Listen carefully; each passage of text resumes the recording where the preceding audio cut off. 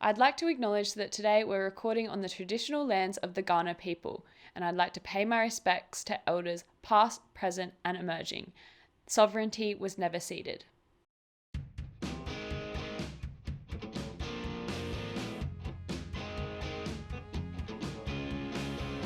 You're listening to Unqualified and Unafraid, the podcast where I interview young emerging creatives in Adelaide about just going for it and pushing through self-doubt. Elvy-Lee is a recent graduate from the Flinders Drama Centre and made her main stage debut in Single Asian Female for the State Theatre Company of South Australia. In a city where acting is not often seen as a career choice, it will be really interesting to speak to Elvy-Lee about what life is like after acting school in our city, what the biggest lessons she has learned are, and what her plans are for the future. Elvy-Lee's experience working on Single Asian Female will also be super interesting considering the play's popularity, and hearing her talk about the ups and downs of being in her first ever main stage play may resonate with many of you as fellow emerging creatives having many of your own firsts. Elvy-Lee, when was a time where you felt unqualified but you chose to be unafraid? This week, actually. So, as I just mentioned to you before, I participated in this artist development with Contemporary Asian Australian Performance, CARP, Artist Lab.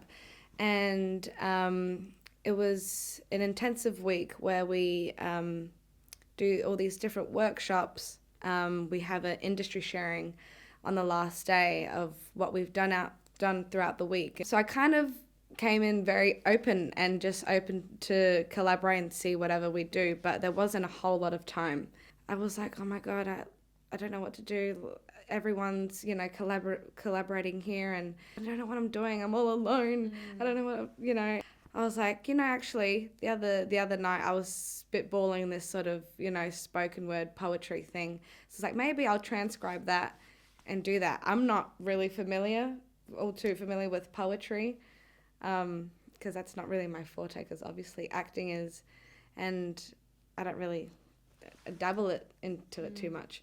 So I ended up doing a reading of this poem on Friday, and I definitely don't feel qualified to be, to do that. I think it would be helpful if you just introduce yourself, your age, what your craft is. Yeah, for sure.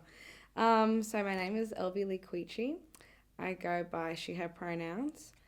I'm predominantly an actor, but I'm also a bit of a multidisciplinary artist. I'm a musician and I do some writing, and I sing as well.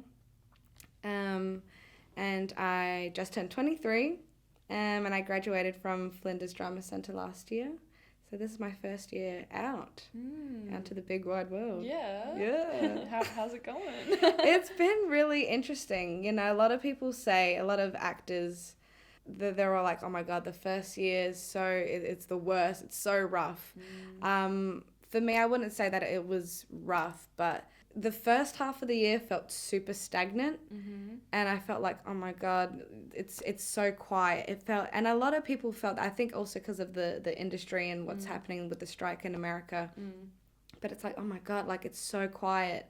But what's going on? I just felt so stagnant, and being so used, 4 years at Drama Centre, you go in at a certain time, you're warming up, you're doing all of this, and then you have your day structured, and I was like, oh my God, there's only so long I can let myself sleep in and all that sort of stuff before, it's gonna get worse. But I still haven't quite found, structure like being at uni, but it's getting better. And then the second half of the year is like, oh my God, it's all festival time, and so now it's like, oh my God, all these other things are coming and more auditions are coming through. So it's been a bit of a weird one, and then it's just nothing, and then everything all at once. Yeah, everything everywhere all at once. Yeah. You made your main stage debut in Single Asian Female, with the State Theatre Company. Yes, and yes. That was this that last year or that was earlier last year? This year? No, it was last year. We were doing rehearsals this time last year. We performed. We had, what was it, a 2 and a bit week season. So tell us about the play, a bit about what the plot is and who your character was. Yeah, sure. So, Single Asian Female was written by Michelle Law. She lives up in Sydney, I think.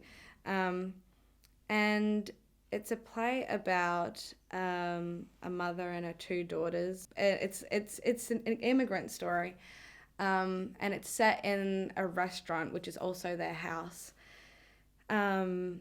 And I play a character called May. She's 17, and my sister, her name's Zoe, and the mum. It's basically sort of centered around the mum and just what happens in the household as the mum and dad have just divorced. We never see the dad or anything. Oh, I don't know if I should spoil it. Oh, do I spoil it? Oh. Yeah, I feel like you should. Okay. I want to know. Maybe I'll spoil it. But basically, so May, she sort of resents the mum, and she's coming towards this end of high school, and she's trying to grapple with this being Asian, or she wants to be white. She's going through like an identity crisis, basically, for my character anyway. But basically, the dad has kind of screwed over the family, because like his name is under the house and the restaurant, and the mum doesn't tell the daughters, you have to move, because Zoe, she lives in like the Brisbane or something like that in the story. And she's like, no, you need to come home. She needs to she starts selling the house and selling this apartment. Because basically the mum, she gets deported. Oh my God. Yeah. And it's all because of the dad and things, under like legal writing and all that sort of thing. So, so the tensions are high, and the children don't know this. Mum's trying to make a way to how do we save the house? How do we, and how do I get an immigrant lawyer in and all this? And everything sort of unfolds, and she's like, I'm getting deported. And it actually does happen. We can't stop the mum from getting deported, but it resolves through, we have, a lawyer come through, and the family is sort of back together, and it's a happier ending. Oh my God, I feel like I just watched the play. I was so enthralled. It's quite an emotional story. Yeah, because all the promo was quite fun, and it's karaoke, family. Yeah. So I wasn't expecting you to say that, but it sounds like it was actually quite a heart-wrenching. Yeah, it was. And what was the biggest thing you learned from that experience? Was that I want to know what that experience meant in your life. It was your first main stage debut, so was it quite a big deal for you to get that role? Yeah, 100%. I felt like last year was my year.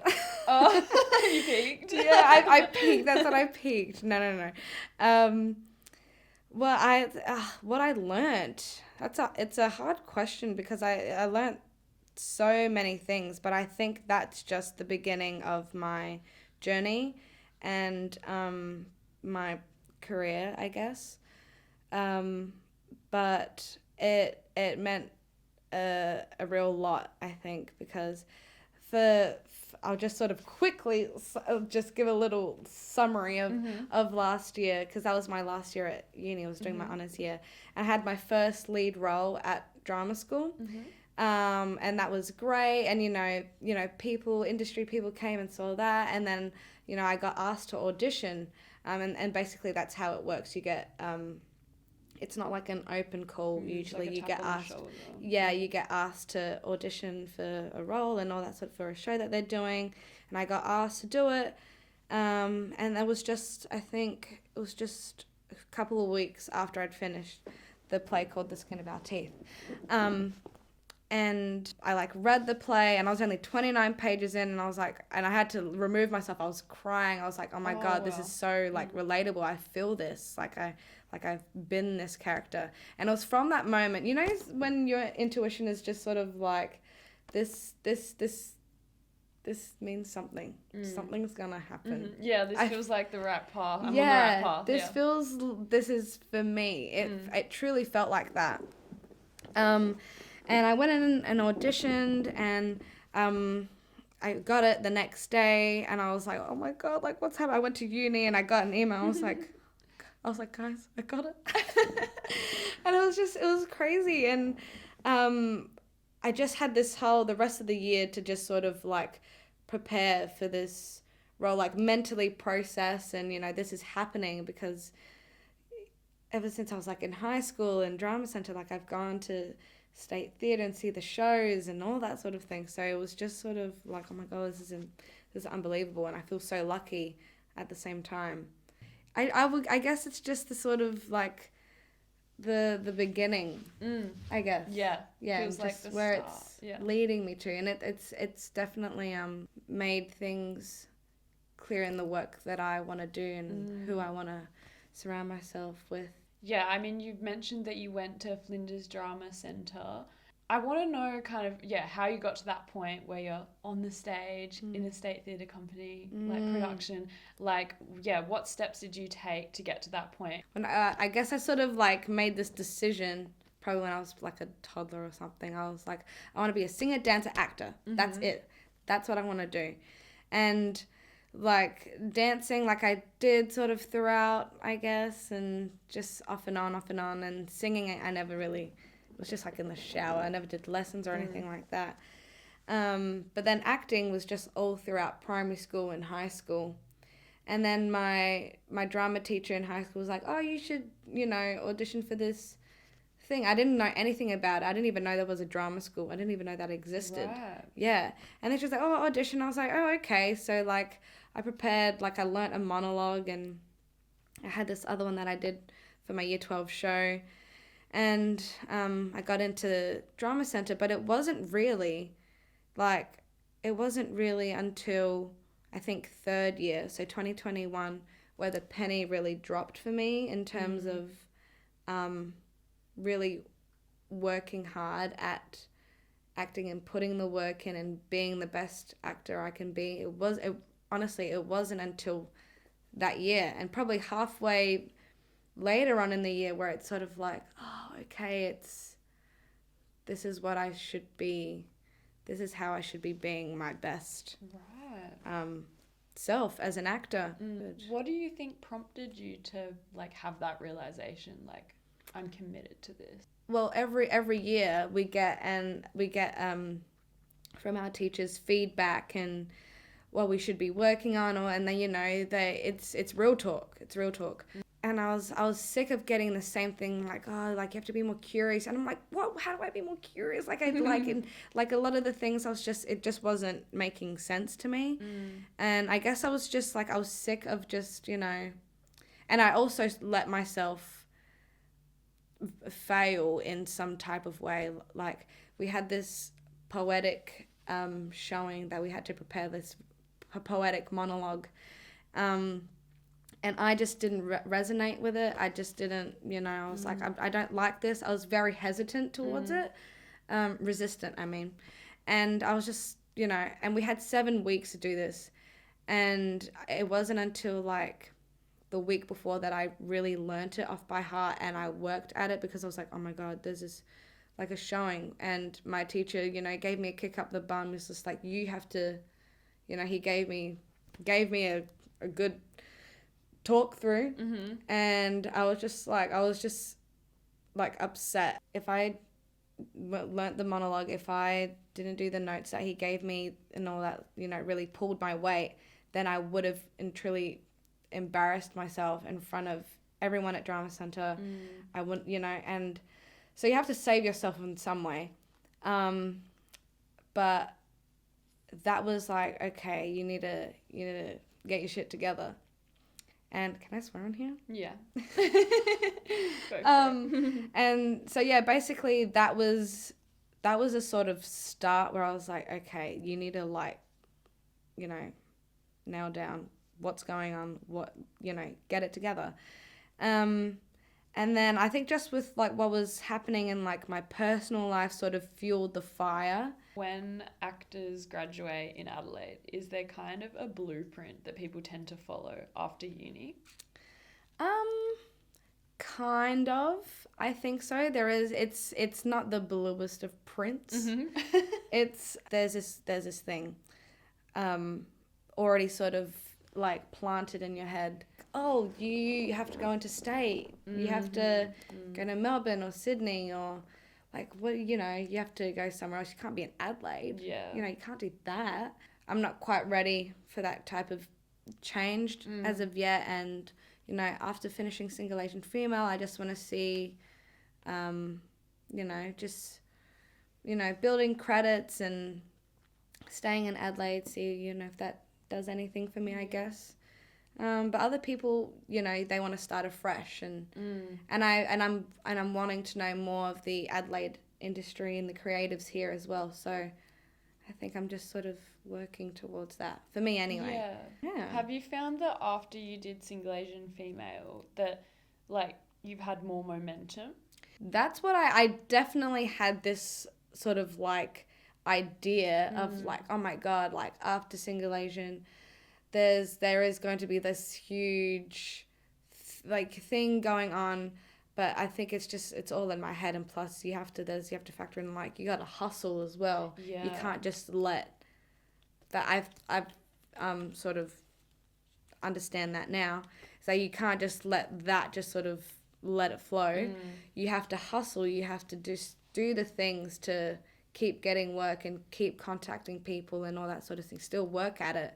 I wouldn't say from that now. I feel like it's sort of dimming down because now it's like a year ago now. But there is still this sort of thing in the air, and just trying to do more work in Adelaide and connecting with people creates that momentum. Because it would be a massive change to go from like being around like people being creative every day, and now you're kind of having to seek that out, that collaboration yourself. Yeah. Is that kind of what prompted you to do that like course lab the thing artist lab? No, it didn't.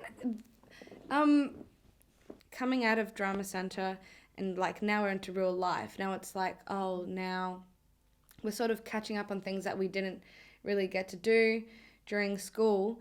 And we're working, and then you sort of fall into like this pattern, this routine, and you're not being constantly creative. Now that I just did this artist lab, I'm like, oh my God, and I did a creative development a couple of years ago with the Cram Collective.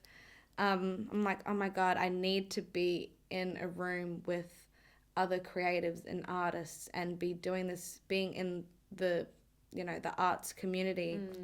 And surround myself in that. Otherwise, I will fall off the bandwagon. Yeah. Like I've been sort of like a little like, not a little. Have I been?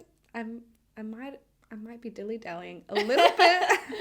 How dare you? I know. How dare I? I'm dilly-dallying a little bit.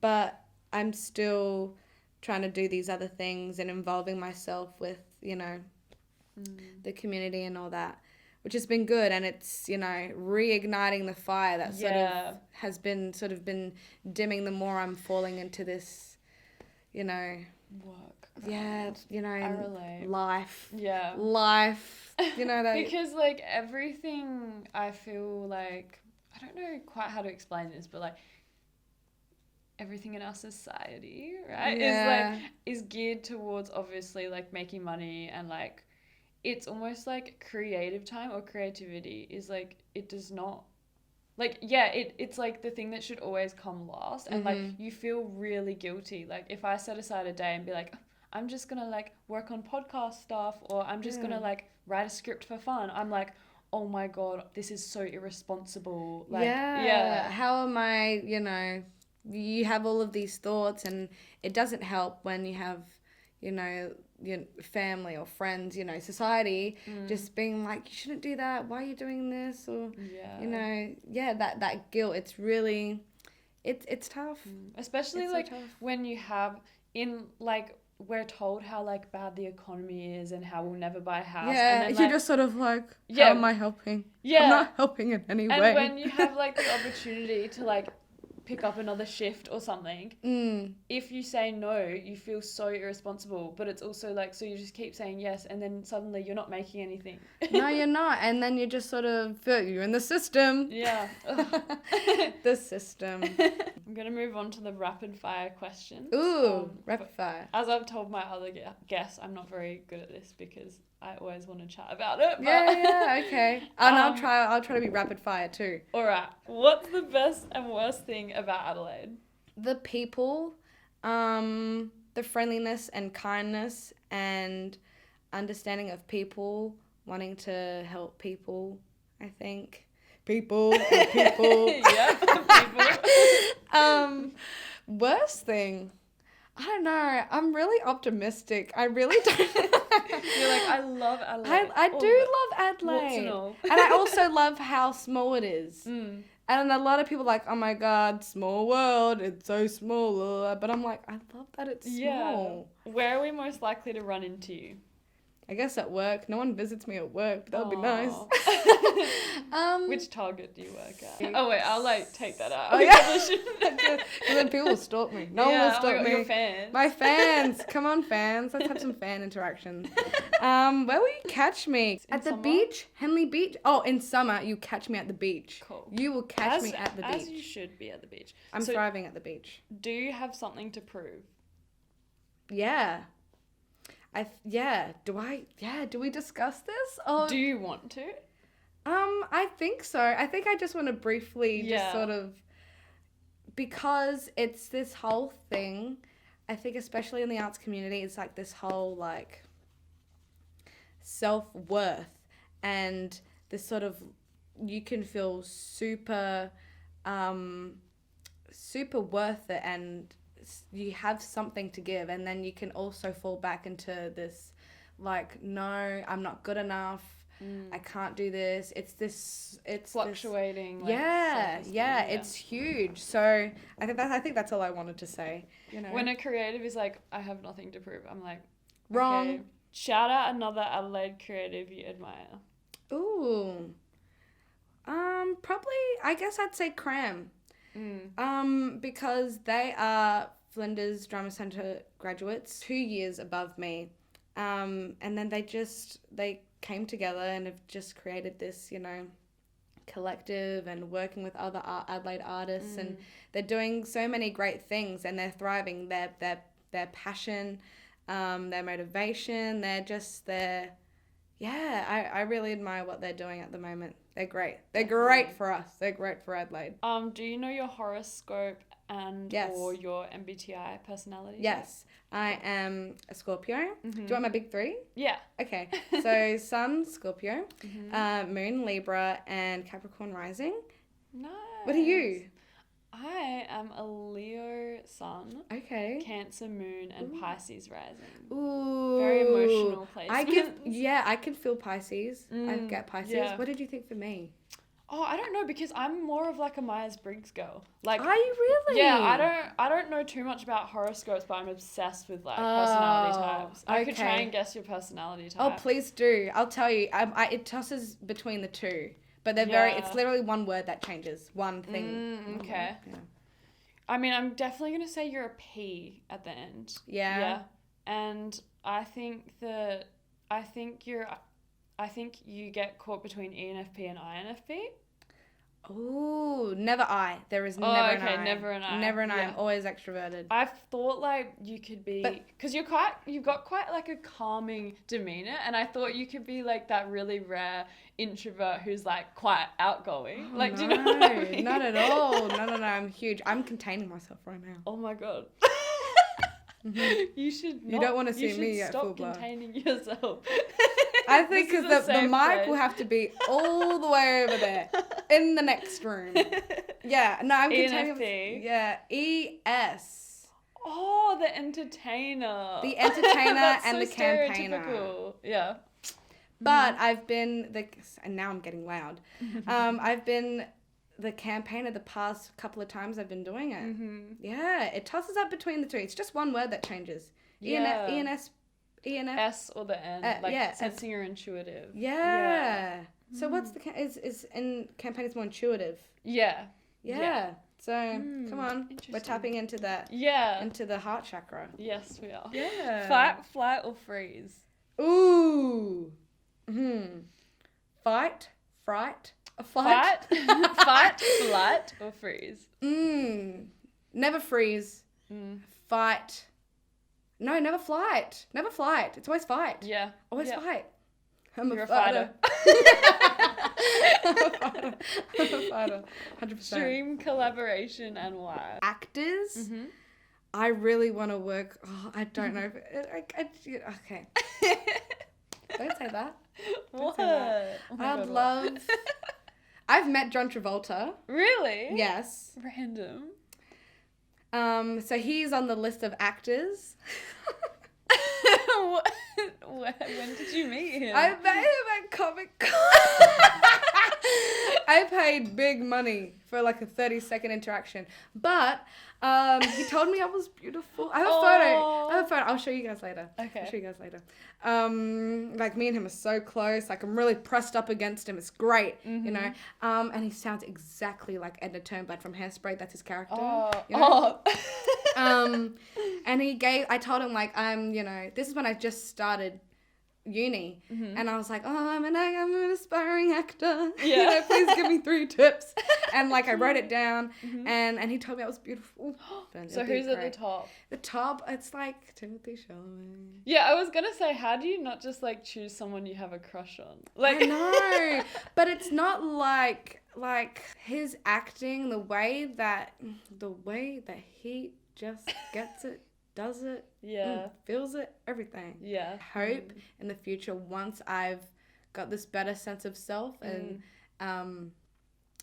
faith in my acting, that I hope sparks will fly on screen, or it could be theatre. Yeah. I'm wanting to know what is your favorite kind of character to play? You know, do you have like certain tropes or that you're drawn towards, like the villain or like, you know? I really want to play.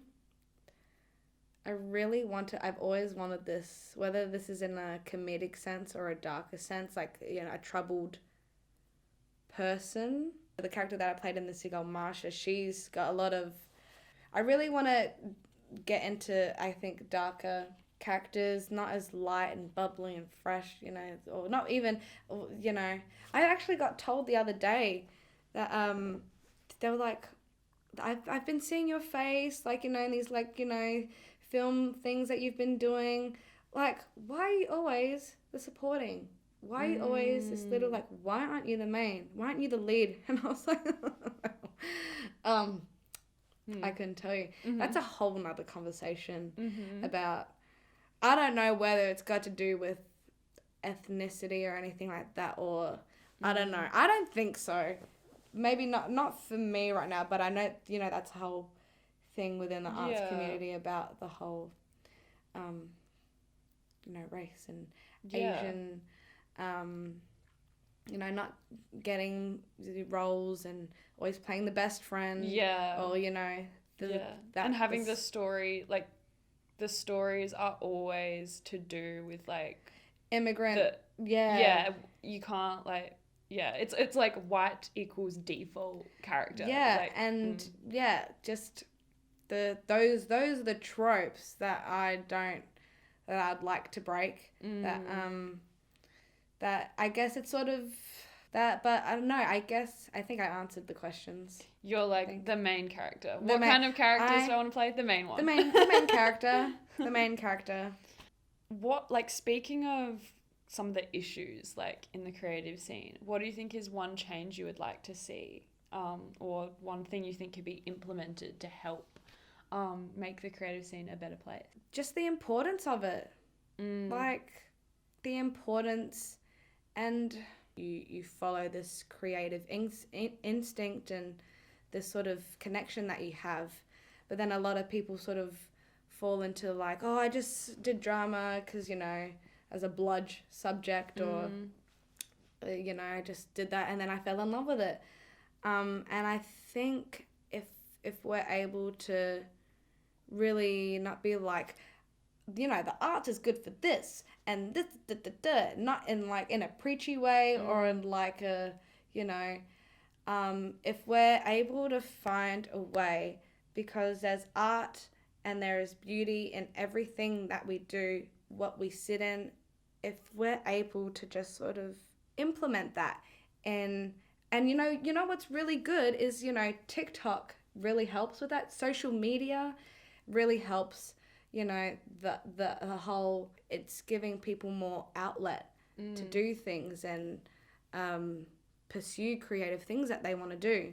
If there's just a stronger thing within maybe the schooling system at work and just being able to play more, whatever that means. Yeah. And just have fun. Yeah. Are you working on anything now? I've been doing a lot of developments with other collectives, and this one that I just was on, this artist lab development, was, I guess it's just for myself. Sounds like you're getting like really inspired. And Yeah, like, I'm feeling that. I'm feeling this finding thing. your voice, finding yourself. Yeah, and I've just been with more creatives and just being able to talk about it anyway has been so good, because like beginning of the year, first half of the year, you're separated from that world, being out of uni, you're not with other people and being like having the space to talk about it. So thanks a lot. Anytime. It's great. I'm loving this. So what will the life of Elvy-Lee look like when you're completely qualified and unafraid? She'll be living it up, living her best life, doing the things that I want, creating the art that I want, and being surrounded by a lot of love and light and inspiring people, and people inspiring me. I think it doesn't have to be luxurious. It doesn't have to be anything like that. It can be so like simple and just beautiful in whatever way that it is. Okay, so how can people best support you in your creative journey? Is there something that like people can watch online, or You mean like the people, like as for in listeners? Okay, like for what listeners. can For they, the if listeners they're out there. like, oh my god, I'm now an Elvy-Lee fan. How do I get more of this girl? Ooh, okay, all right, don't tickle me like that. Find me, catch me. Oh my god. Catch me on Instagram, ELVY_, because they wouldn't let me have a dash, _LEEQUICI. That's my Instagram. Have you been in any short films that people can check out? Yeah, okay. Oh, yes. Why don't I promote that? Okay. I have a little part in Eleanor Karapetis' short film Blame the Rabbit. That has premiered at the Adelaide Film Festival. It opened for The Royal Hotel by Kitty Green, starring Hugo Weaving. But yeah, so that's my like first professional short film that I've been in. Cool. Thank you so much for coming on. Thank you for having me. Great job. Wow. And good luck with everything. Thank you so much. This podcast was shot by Darcy Sharf and Lachlan White with sound from Paddy Madden and was a Jessica Rowe creative production. Oh my god, roll the cameras. Speeding. Okay. Speeding. Oh wait, rolling. Words. I have something for you. Oh my god, It's a stubby holder. Oh, stubby holder.